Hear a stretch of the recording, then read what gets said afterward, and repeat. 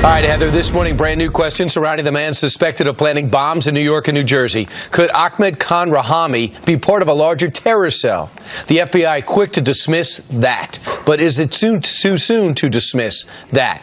Joining us right now for reactions, Professor Ryan Mauro, a national security analyst with the Clarion Project. Ryan, first off, this guy, tell me about him, what you found out, and his family. Sure. Well, we know publicly from various reports out there about his brother attacking a police officer, then going over to Afghanistan. Now we know that the bomber himself was going to Afghanistan and Pakistan, apparently had a wife there in Pakistan. So when you hear this lone wolf myth being trotted around like it always does, well, this actually fits the pattern of the opposite, which is that normally radicalization happens through a close friend or family member, and here you have him taking trips to terror hotspots. Well, we saw his father looked a little odd reaction to his son being arrested as a terrorist with the son next to him. But you also think about the family member, allegedly, who was pulled over on the Bell Parkway, who had a passport and a ticket to fly out of JFK.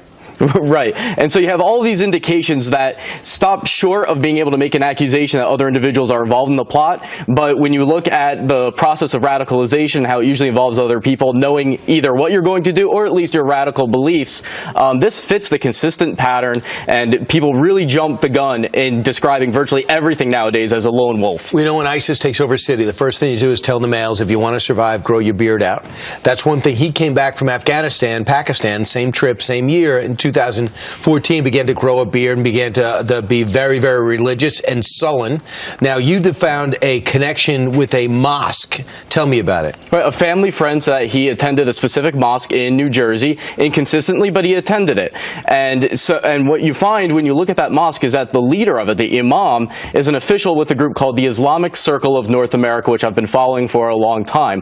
Why? Because they preach things like the quotes are in all of these pages I have that say, you are supposed to wage violent jihad in certain circumstances. You're supposed to pursue a caliphate, institute Sharia law, all of these really radical things. They may condemn ISIS, but if you are telling Muslims you are supposed to pursue an Islamic State, don't be surprised when they join a terrorist group named the Islamic State.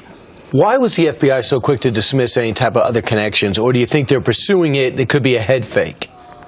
Honestly, I think part of it was just to make people not panic, because the reaction was so quick in saying we have no evidence that this is linked to even terrorism, and saying, oh, there's no evidence that it's linked to a broader network.